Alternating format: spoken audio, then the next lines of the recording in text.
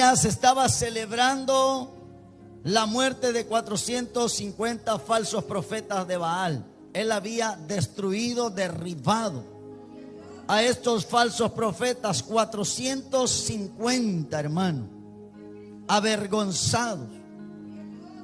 Luego Dios le había dicho que orara para que no lloviera por 3 años y 6 meses, y así sucedió. Luego Dios le habla y le dice: ora por lluvia. Pero después de ver tanta gloria de Dios, tantas bendiciones, también viene la tribulación, también vino la prueba, también vino la aflicción. Aleluya. Y allí tenemos a ese gran hombre de Dios, Elías, recibiendo una noticia que lo puso a temblar y metió miedo en su corazón. Una mujer le envía esta noticia y le dice: aún así me hagan y me añadan los dioses, si mañana a esta hora no pongo tu cabeza como la de esos profetas que tú mataste.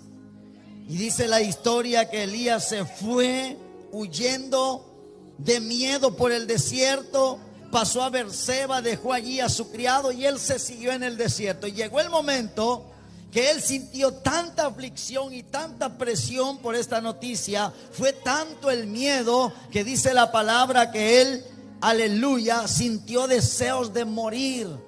Y él dice que encontró un árbol de enebro y se metió bajo el árbol y le dijo: Padre, Señor, Dios, mejor quítame la vida, ya basta, yo no puedo con estas cargas, yo no puedo con este problema, Señor. Y le dice: quítame la vida, pues no soy mejor que mis padres. ¿Cómo se sentiría Elías para desear tanto? Para en un momento llegar al punto de desear mejor que se lo llevara el Señor, de desear mejor morir antes que soportar lo que le había pasado. ¿Acaso el Dios que le había dado grandes milagros y grandes victorias no tenía el poder para librarlo una vez más, aleluya, de la mano de la mujer de acá? ¿Acaso Dios no era suficiente poderoso para guardarle y protegerle de una amenaza de muerte? Por supuesto que sí. Pero en algún momento el miedo entra al corazón del hombre, aún del creyente.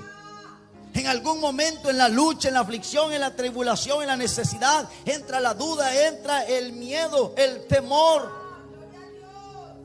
Y esta fue la situación, y este fue el caso de Elías, que él se sintió tan angustiado y afligido que él deseó mejor morir, olvidando las victorias, las bendiciones y la gloria de Dios. ¿Cuántas veces tal vez usted, después de ver algún milagro, sanidades en su familia, como Dios ha hecho milagros en usted, como Dios ha sanado al enfermo, cuando usted ha predicado a alguien y se convierte a Cristo, cuando usted ha orado tal vez por años por algún familiar y se ha entregado a Cristo y usted está celebrando, y de repente viene la aflicción, la tribulación?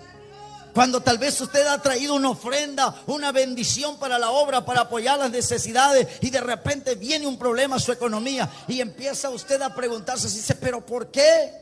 Si yo diezmo, si yo ofrendo, si yo barro, si yo trapeo el piso de la iglesia, si yo traigo las flores, si yo trabajo duro en la iglesia, ¿por qué a mí?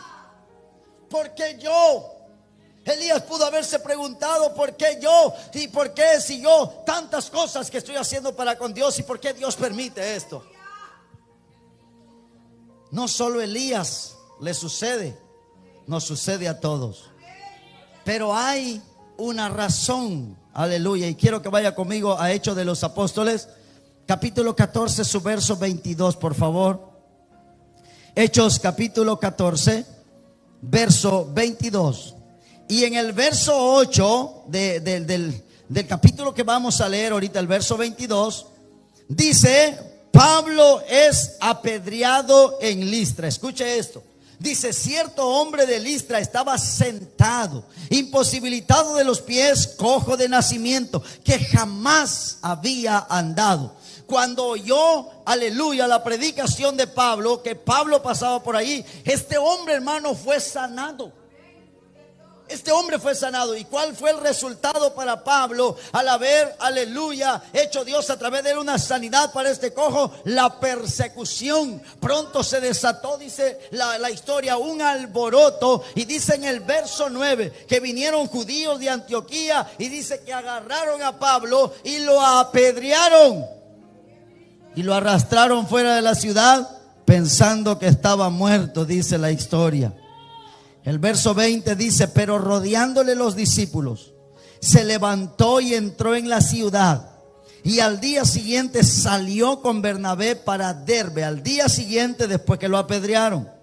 Y después de anunciar el evangelio a aquella ciudad y de hacer muchos discípulos, volvieron de nuevo a donde lo apedrearon, a Listra, a Iconio y a Antioquía. ¿Para qué volvió a Listra? ¿Para que lo volvieran a apedrear? ¿Cómo se imagina usted que quedó Pablo después de tremenda apedreada que le dieron? ¿Cómo se veía Pablo cuando se levantó ese día después que lo habían dejado como muerto de tantas pedradas que le dieron? Pero dice la Biblia que él cuando se levantó se fue y siguió predicando. Y regresa a Listra a ver los discípulos que habían hecho a través de la predicación y vea lo que sucedió. Dice que vino para confirmar los ánimos de los discípulos y les exhortaba, dice, escuche bien, les exhortaba a que permanecieran en la fe. La pregunta es: ¿quién era el apedreado, la iglesia o Pablo?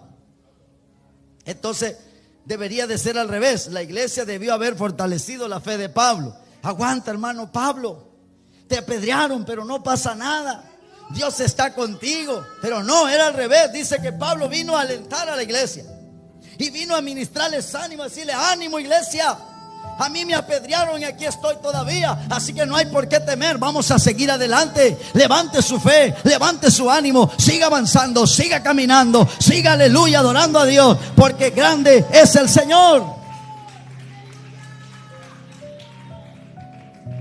Dice: y diciéndoles, ahí está, ¿qué les dijo? Es necesario. ¿Es necesario qué? Que a través de muchas tribulaciones. A lo mejor Elías no sabía eso, pero Pablo sí lo sabía ya. Y dice a la iglesia: iglesia, a mí me apedrearon, me arrastraron fuera de la ciudad, pero era necesario, dice Pablo, para mí. Dice: es necesario. Si usted va al médico y el médico le detecta algún problema y le dice: es necesario que se opere, porque si no se va a morir. Y usted dice: pero me da miedo la operación. Y le dice el médico: es necesario. Usted le dice a su hijo: te van a vacunar, hijito. No, papá, me da miedo la inyección. Y tiembla el niño y llora. Pero el papá le dice: déjate inyectar porque es necesario. Así para nosotros es necesario. No es opcional. No es opcional para un cristiano, para otro, que si quiere o no quiere pasar tribulación. No, es necesario. Era necesario para Elías, es necesario para Pablo, era necesario para Pedro. Por el carácter, hermano. Dice la Biblia que cuando fueron a detener a Jesús, Pedro había estado con Jesús 3 años, escuchando todas las enseñanzas de Jesús, del amor de Dios, del amor de Cristo. Y cuando llegan a detener a Jesús, ¿qué es lo primero que hace aquel Pedro que estuvo al lado de Jesús 3 años? Saca la espada y ¡pum!, le tumba la oreja a Malco. Es lo primero que hacemos nosotros a veces, ¿verdad? Si nos dicen algo, contestamos con otra cosa. No somos de los que nos quedamos callados y nos agachamos y decimos: Señor, ten misericordia de mi vida. Somos de los que queremos pelear como Pedro. Nosotros somos de los que nos defendemos. Era necesario. Por eso en un momento le dijo Jesús a Pedro: Pedro, el enemigo te ha pedido para zarandearte, pero yo he rogado que no te falte tu fe. Nunca le dijo Jesús: yo le he rogado al Padre que no te pase esto. No, le dijo: yo he rogado que no te falte tu fe. ¿Cuándo? Cuando estés en aflicción, cuando estés en la tribulación, porque es necesario que pases por esa zarandeada. Alguien diga gloria a Dios en esta tarde. Es necesario, le dijo, que a través de muchas, no le dijo de pocas, a través de muchas tribulaciones entremos al reino de Dios.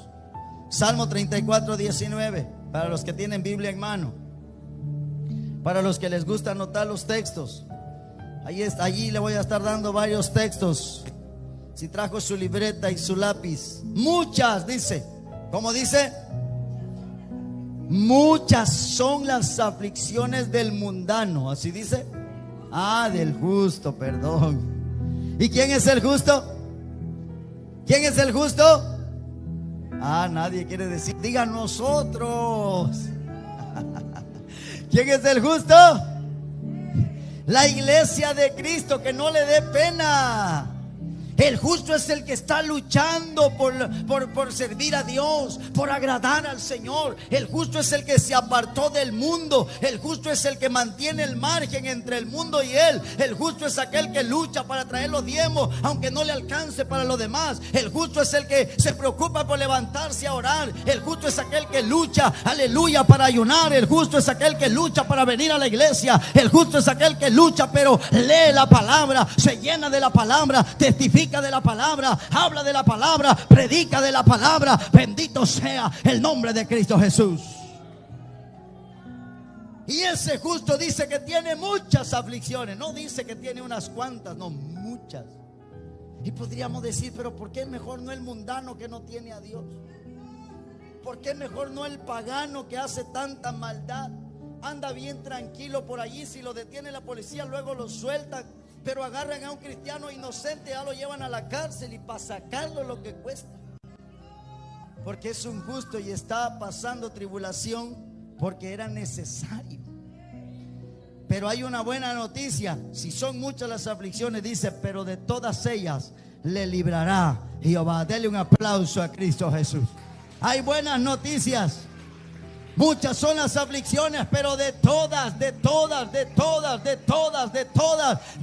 las aflicciones nos librará el Señor. De todas las aflicciones te librará el Señor. De todas las aflicciones te levantará el Señor.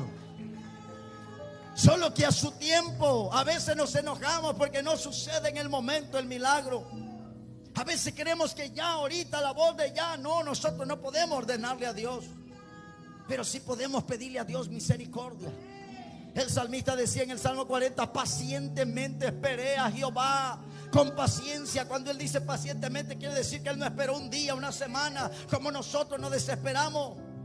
Hay gente que cuando ve que en la iglesia no le sucede el milagro, se va al brujo, se va por allá con otras personas, se va al mundo a buscar solución.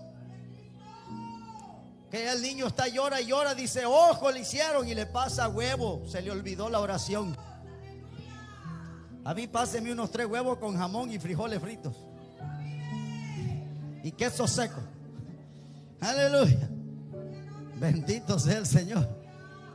Se nos olvida que es clamar y esperar. Dice, pacientemente esperé. ¿Cómo lo esperó? Clamando. Y dice, y él inclinó su oído y oyó mi clamor, y me hizo sacar del pozo de la desesperación. Me hizo sacar del problema. Él me sacó de la tribulación. Él me sacó de la aflicción. Él me sacó de la necesidad. Él me libró porque pacientemente esperé la respuesta de mi Dios.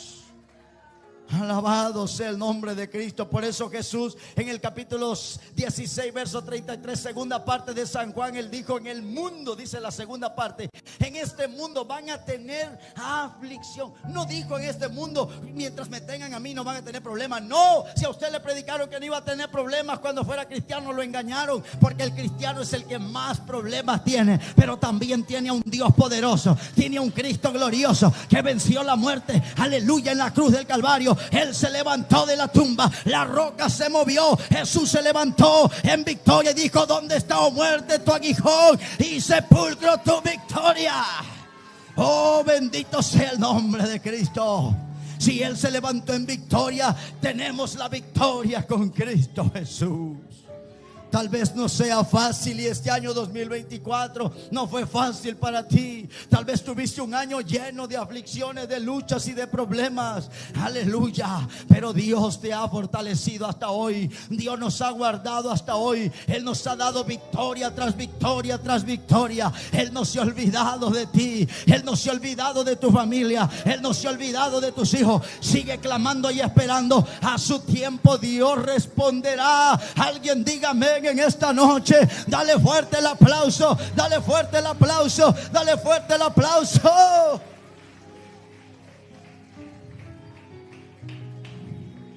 El Salmo 107 dice: Dios libra de la aflicción a su pueblo.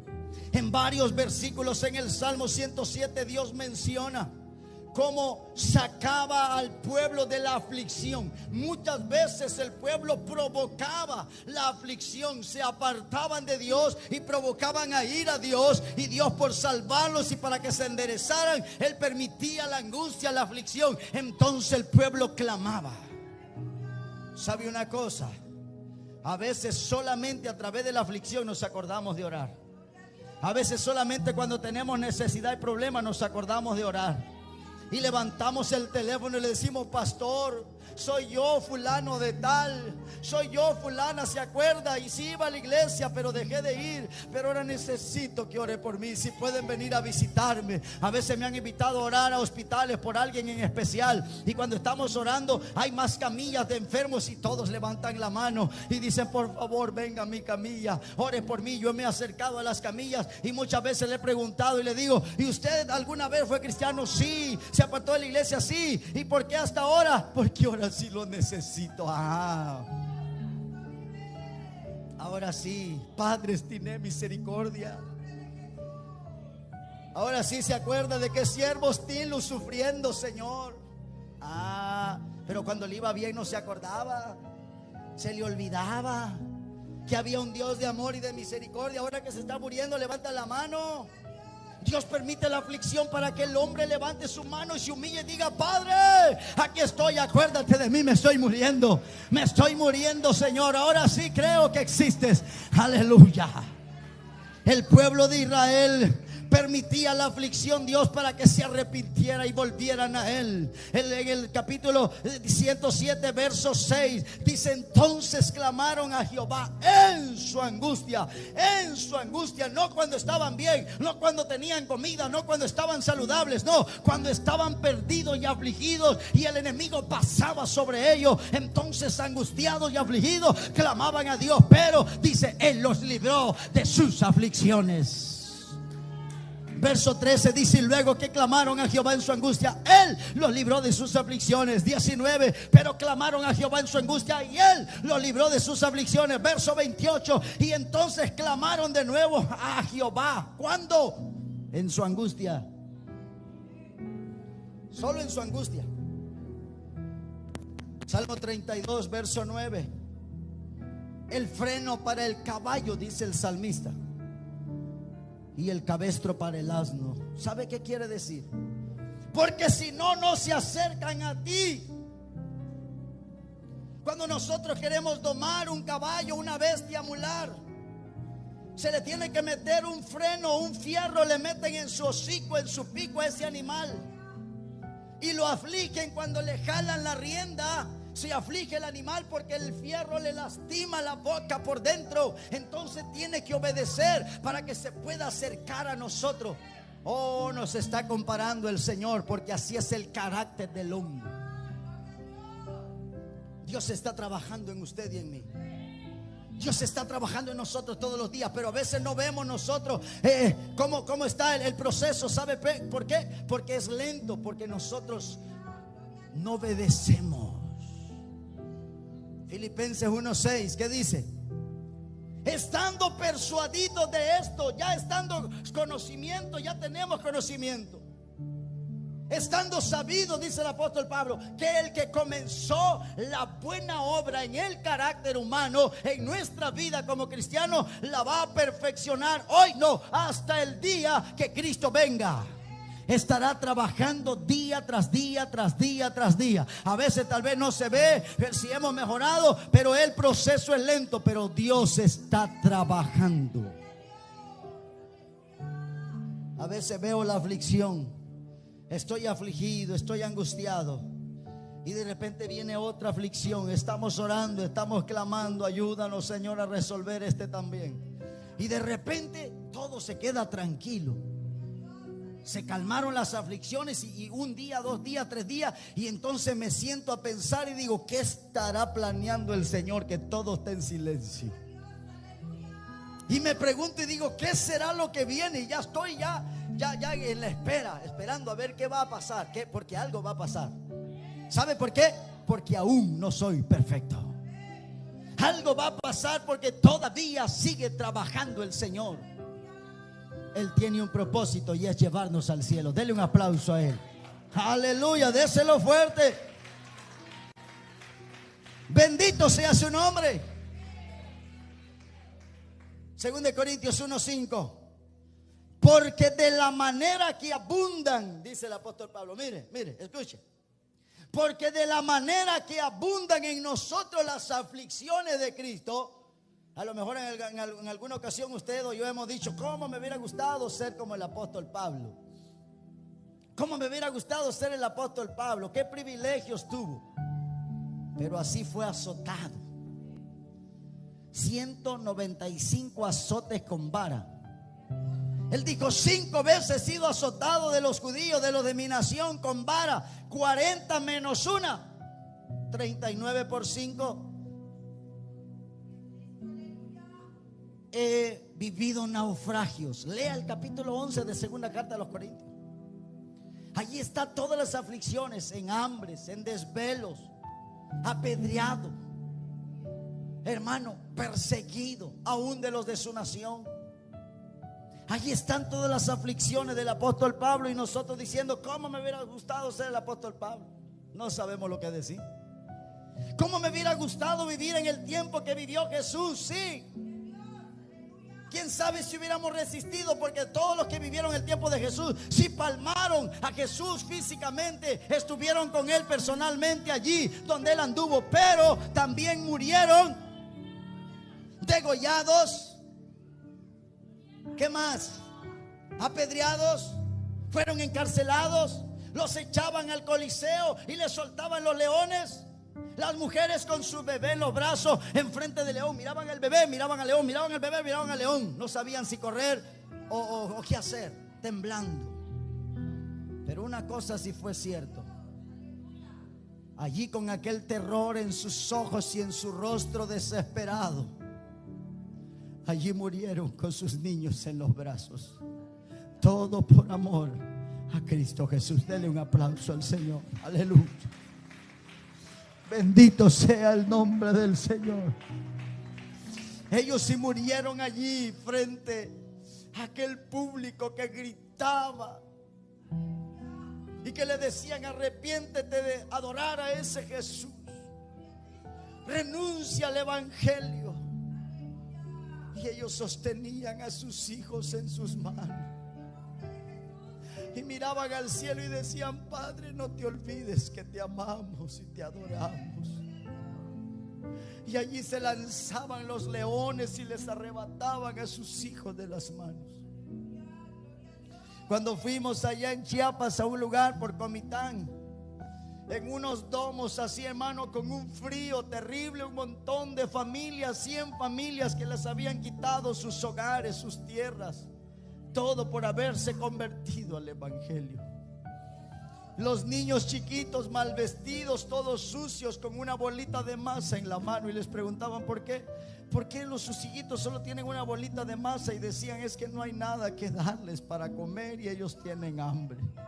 ¿Y por qué están aquí? Porque por ser evangélicos nos corrieron de nuestras tierras y nos quitaron nuestras casas y nuestros animales. Ese era el precio, ese era el delito. En Corea del Norte, si a usted lo encuentran con una Biblia, usted es encarcelado, luego lo llevan a unos campos de trabajo forzado y usted nunca vuelve a su casa.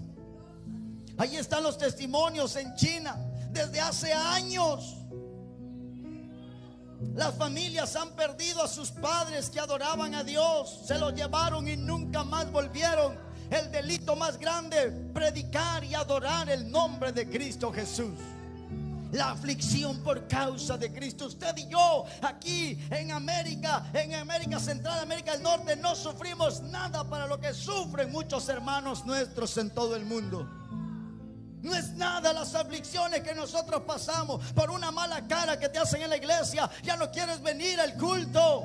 No aguantamos nada por un gesto que nos hace, porque no me saludó el pastor, no me habló la pastora, ya me siento mal.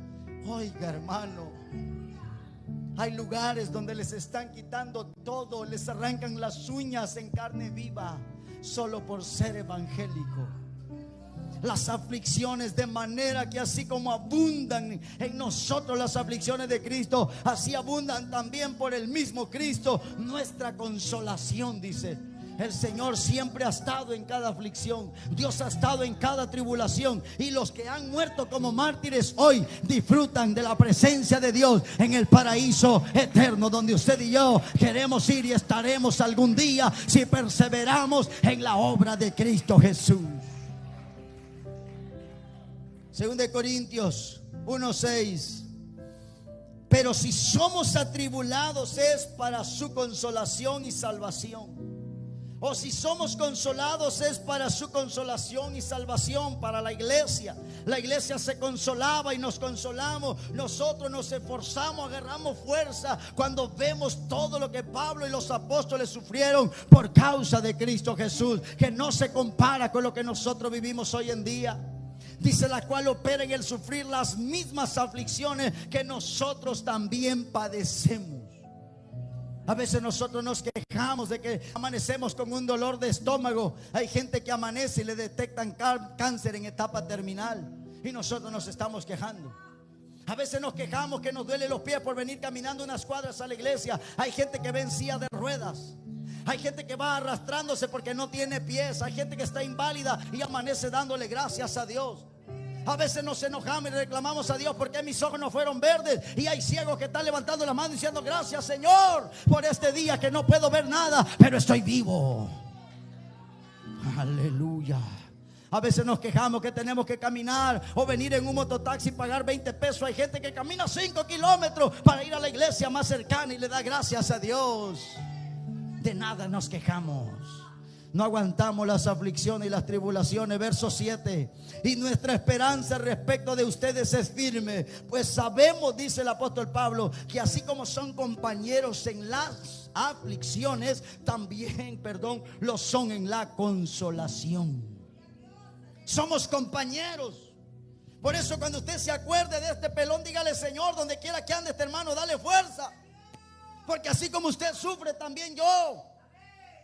A veces nos vemos contentos alabándose a Dios, sonriendo y levantamos las manos y cantamos, pero no sabemos por qué aflicción está pasando. No sabemos en su cuarto cuánto llora, cuánto se aflige y cuánto sufre. No conocemos el problema del otro, no conocemos la situación del hermano, de la hermana. Por eso unos por otros debemos de clamar, pidiéndole a Dios fortaleza, porque todos somos participantes y compañeros de las aflicciones de Cristo Jesús.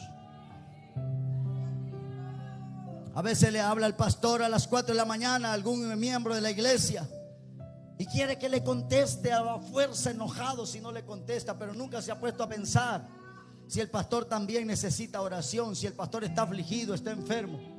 A veces por un dolor de lombriz nada más estamos molestando al pastor de madrugada y que venga a mi casa a orar, pero nunca ha dicho: vamos a ver al pastor a ver si amaneció bien. Colosenses 1:24.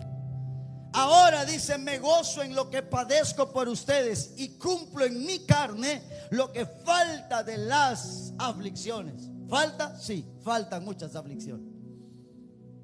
Este 2025 no será la excepción. Hay gente afligida, hermanos.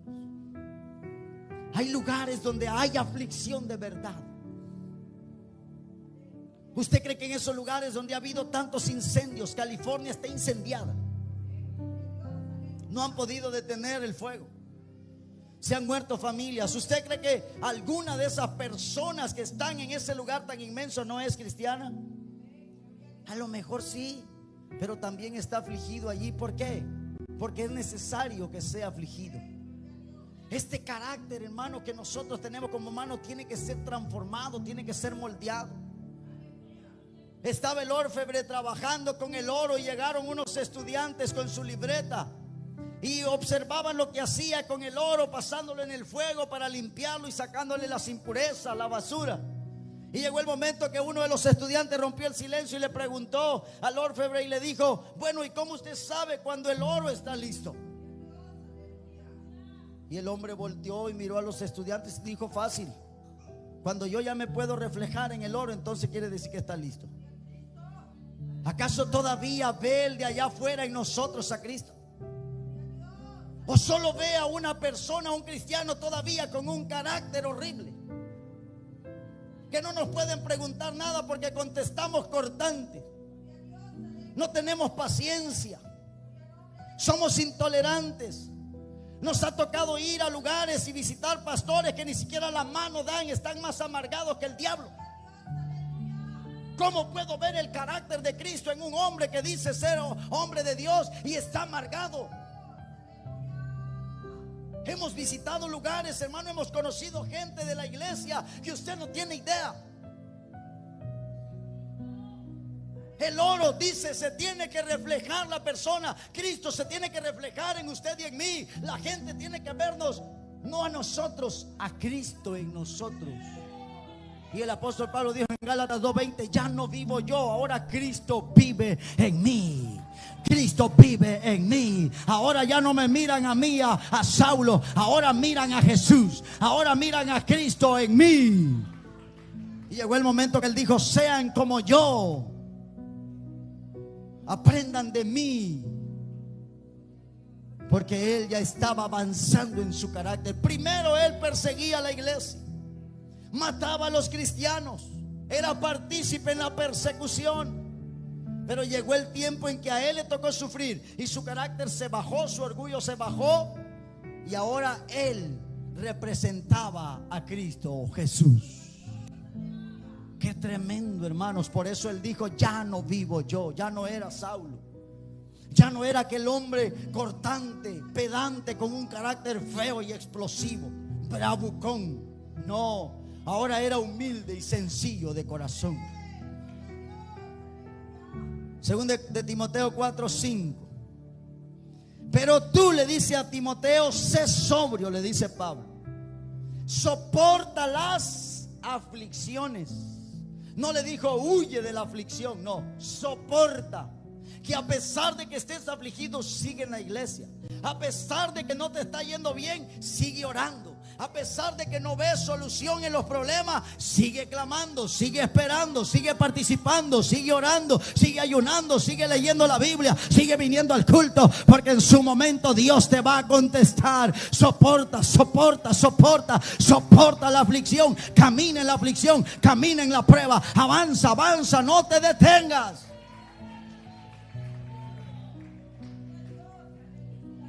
Según de Timoteo 1:8.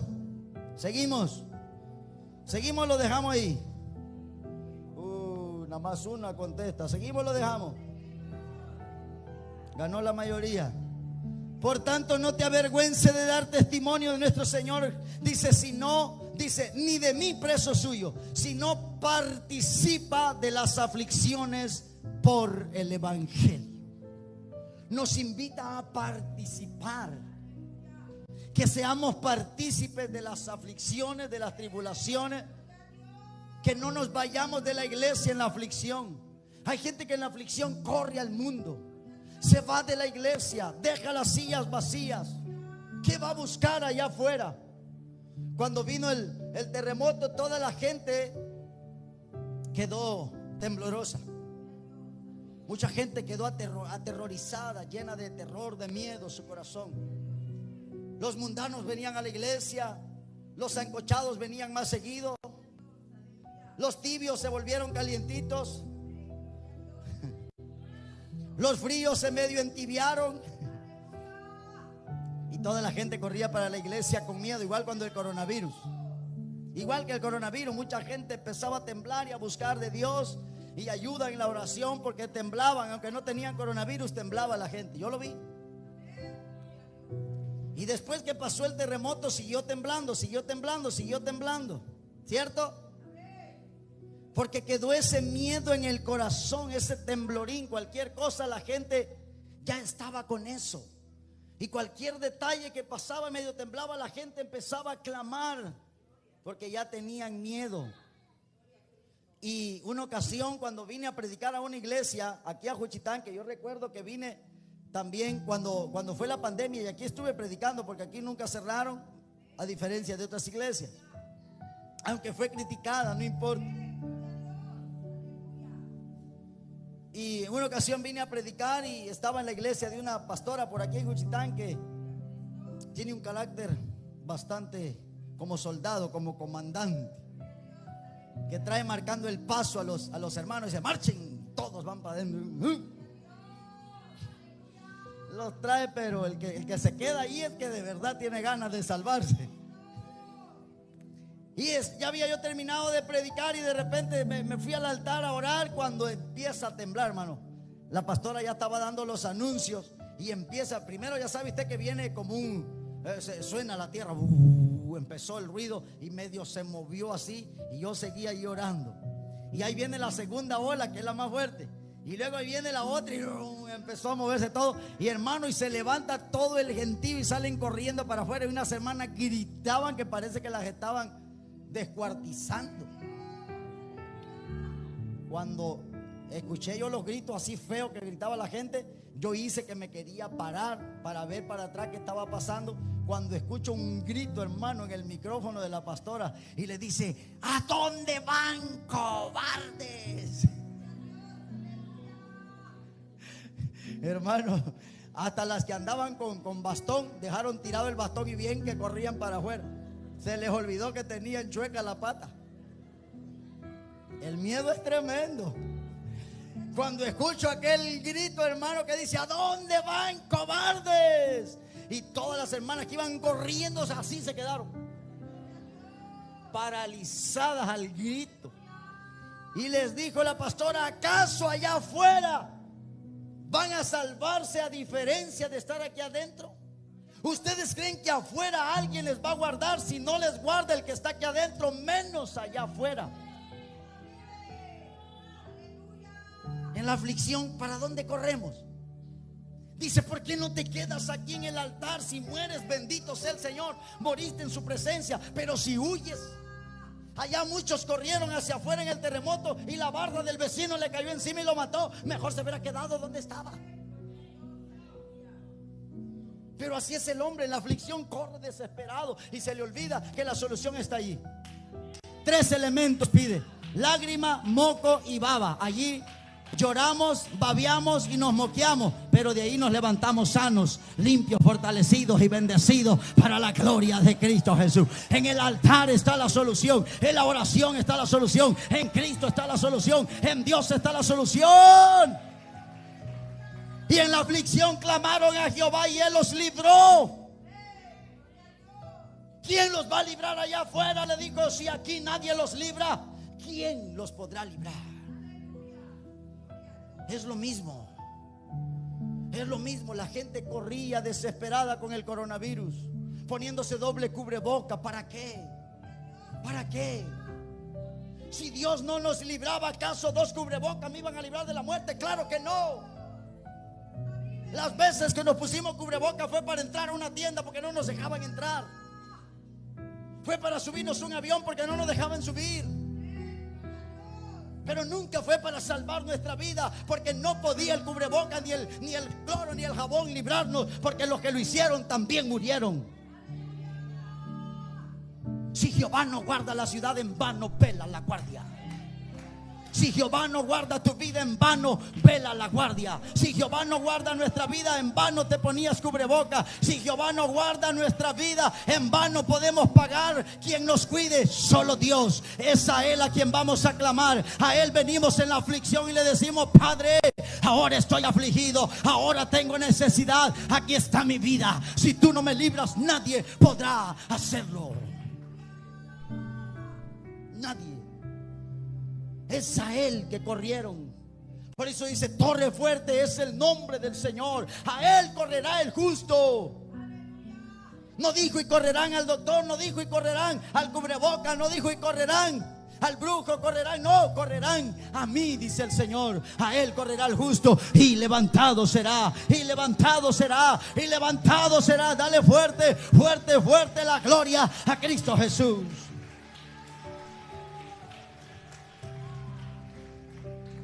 Romanos 8:18. Ya vamos terminando. Pues tengo por cierto que las aflicciones del tiempo presente, todas las aflicciones que tal vez este 2024 pasaste, las aflicciones que posiblemente ahora mismo estás pasando, no tienen comparación. No se pueden comparar con la gloria que Dios tiene preparada para los que le aman y esperan su venida. Si permanecemos firmes aún en medio de la prueba y en medio de la aflicción, dice que son incomparables la gloria que nos espera en la vida eterna. No se puede comparar con nada de lo que aquí podemos vivir. Ni aún los hombres que fueron martirizados, ni aún las personas que han sido despojadas de sus bienes y les han arrebatado a sus familias en frente de sus ojos, ni aún las personas que han sido torturadas y descuartizadas, con el dolor han dado su vida por Cristo Jesús. No se compara el sufrimiento que han tenido con la gloria de la que ahora disfrutan allá en la vida eterna con Cristo Jesús.